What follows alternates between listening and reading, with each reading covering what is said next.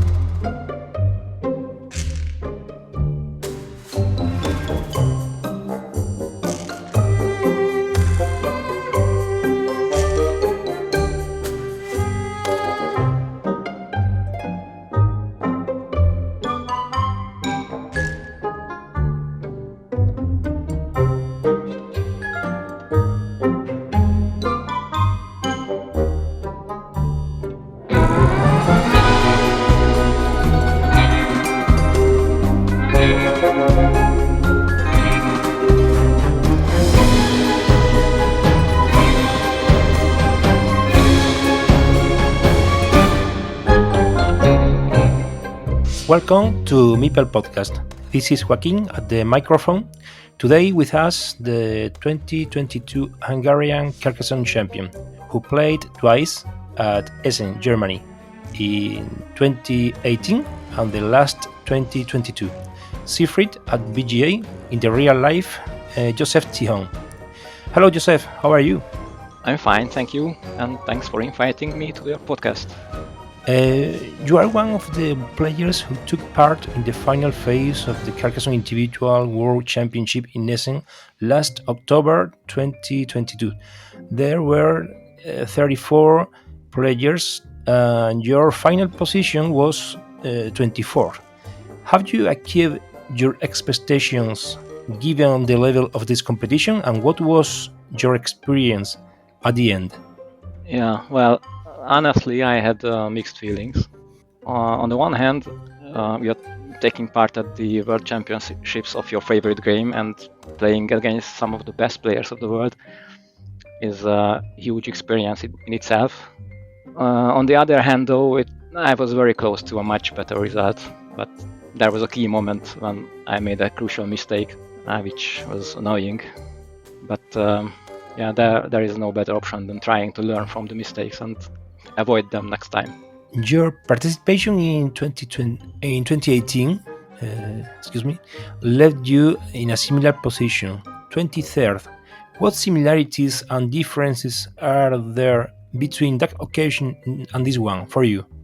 Yeah, it seems that I'm really consistent at the World Championships. At both occasions I won 2 games out of 5, but in 2018 those were my last 2 games, while in 22 I won my first 2 games, which at the end of the day makes you feel very different. Another similarity is that at both tournaments I had a game where the final point difference was only 1 point, but while 4 years ago I could win that game by 1 point. By the way, it was against the Spanish player Lorenzo Soler. This time I was defeated by the Belgian champion Nicolas Victor by 1 point. So you see, success sometimes depends on these little nuances. And actually the way I qualified for these World Championships is again a very different story. In 2022 I won the Hungarian Championship, but in 2018 I only finished in 3rd position, and I was given the opportunity of the participation because the 2 finalists couldn't afford traveling to Essen. You know, the trip is expensive and you have to cover all your expenses, so not everyone can afford it. If you won the Hungarian Championship again, would you give up going to the World Championship to let another player to go to Essen for living this experience? A good question. Well, if I won the Hungarian final against one of those 2 players who missed the World Championships in 2018, then I think yes, I would give them the chance. But currently that seems quite unlikely to happen because neither of those players is active at the moment. Tell us, in a short way, the best and the worst of your match games in this edition. Yeah. As I mentioned earlier, this tournament started really well for me. In my first game, I played against the Dutch champion, Gert Versteeg, who is a familiar player for me from Board Game Arena, where he plays with the screen name Hollywood. It's hard to recall the whole game now. What I clearly remember is that in the first half of the game he had a dangerously growing city, but luckily I managed to join the city somehow, and from that point I had a slight advantage. Though on the scoreboard we were head-to-head for most of the game, I had an incomplete monastery, won a mini battle of ruins, and also had a very promising field with no easy connection spots. And though my opponent tried to create new connection spots, I was able to close these opportunities, and in the end I won the game by 8 or 9 points difference. And then having won 2 out of my first 3 games, I had a crucial game in the 4th round. I had to win this one to keep my chances alive, to get among the top 8 players. My opponent was Ivan Tarakanov from Russia, which was a bit surprising for me because I hadn't seen his name in the list of participants on the homepage of the World Championships. And I didn't meet him at Board Game Arena either. Well, this game is a good example for how to lose a game after having a big advantage, because it started exceptionally well for me. Early in the game I kept drawing a lot of cloisters, one after the other, which I could place next to each other, and I could even finish them with the help of a long road. Then I also claimed a valuable farm, while my opponent scored points by some medium-sized cities and roads. I also had a valuable incomplete city with plenty of pennants, but from one side it was attackable, and Ivan took the opportunity to join to the city with a meeple, but still he was behind, so he decided to take the risk and attack the city with another meeple from 2 tiles away, when there was only one so-called tube-shaped city extender tile left in the deck. And at that moment I knew that I made a big mistake by not closing off this opportunity with my previous tile. And with the next tile I tried to block him, but it wasn't successful, and he could save his opportunity to a 50-50 situation. A few tiles later he got the tile he needed, completed the city, and scored 34 points, which turned the game completely. And in the end I tried to take the majority on the main field, but I did not get the tiles for that, so that was it. I lost the game and also my chances for a better result.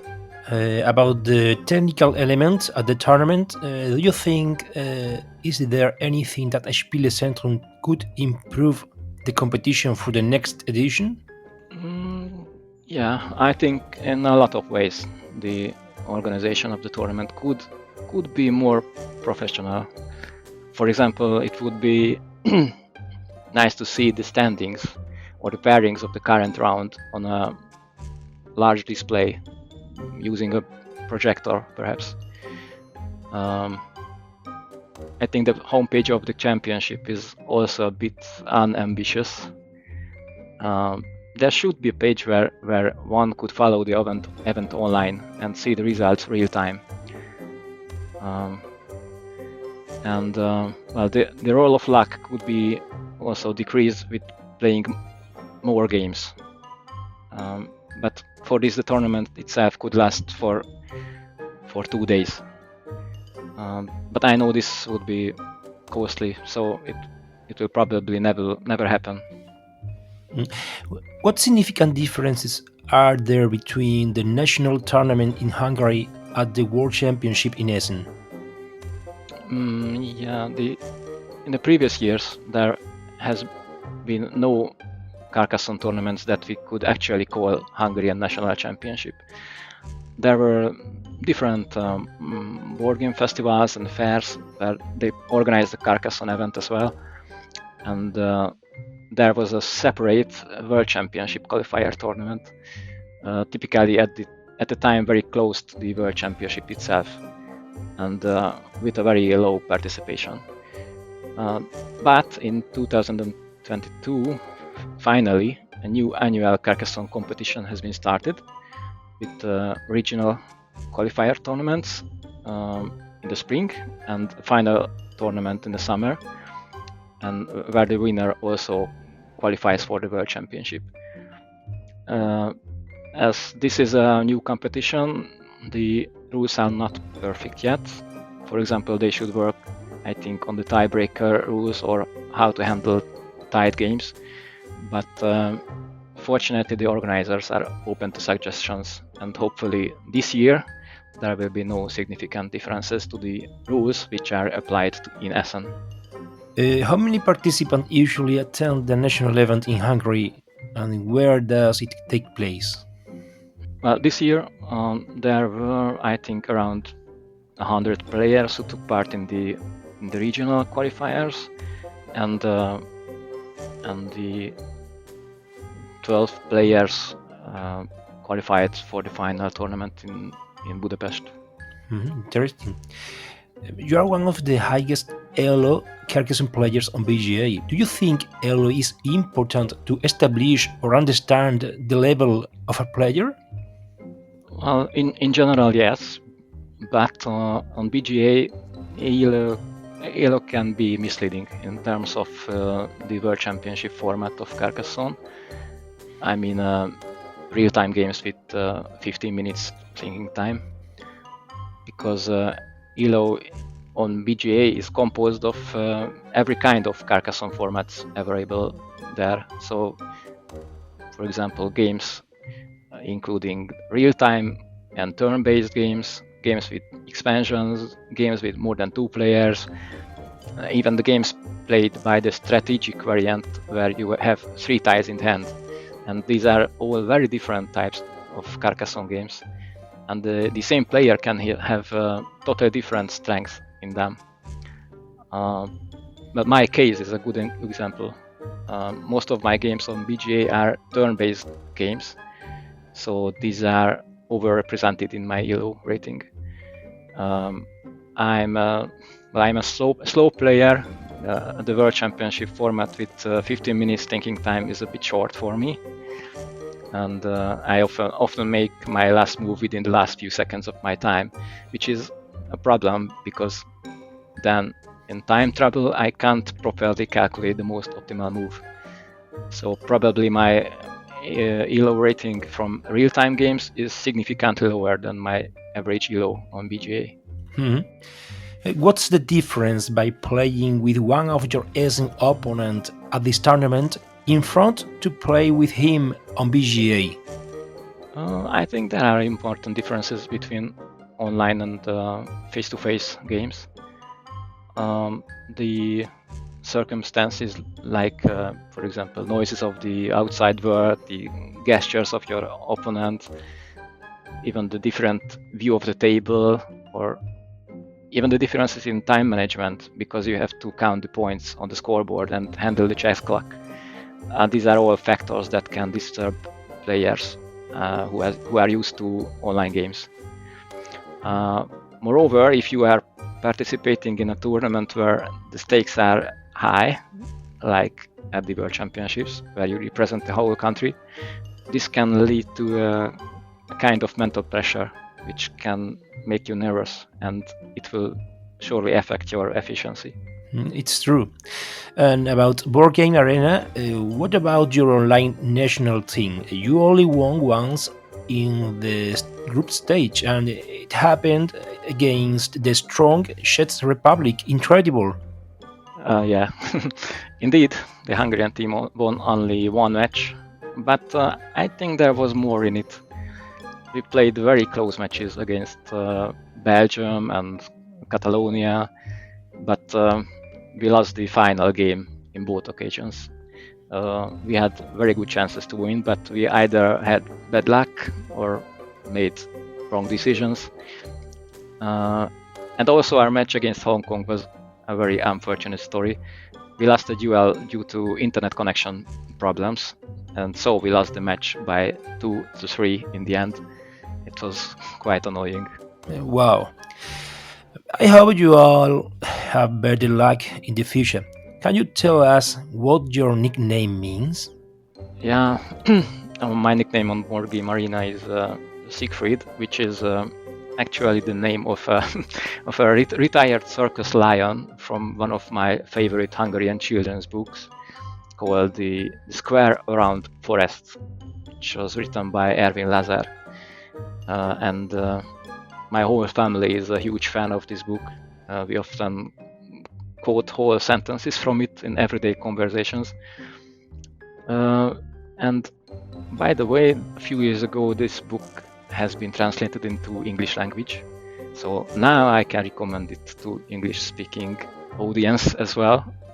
Although I am not sure where it is. Where is it available outside of Hungary? Jozsef, is Carcassonne your life game? Well, at least the game of half of my life. I didn't know about its existence until my 30th birthday, when I received the first edition base game as a birthday gift. It was the first modern board game in my collection, and I loved it immediately. It's very easy to learn. It has simple, straightforward rules, beautiful tiles, and fabulous expansions, which I've been collecting ever since then. For a long time, Carcassonne was an entertaining family game for me, just like for most people. And even now, when I'm a competitive player with the base game, I still enjoy playing mega Carcassonne games with lots of expansions, which add so much variety to the game, I think. You fell in love with Carcassonne. Yes. Tell us something I haven't asked you in this interview, please. Oh, well, let me then tell you a few words about my family. When you asked me about the differences between my World Championship appearances, I forgot to mention maybe the most important difference, that last time my wife and my 8-year-old daughter came with me to Essen. So I could finally share this experience with them. And I was really glad that they were there and supported me. And all in all, we had a great time together in Essen. Like Arpagera.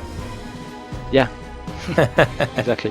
Well, Jozsef, thank you for accepting the invitation to this interview on Meeple podcast. Thank you very much. Thank you. Thank you very much. And to the audience, see you on the next episode. Bye bye.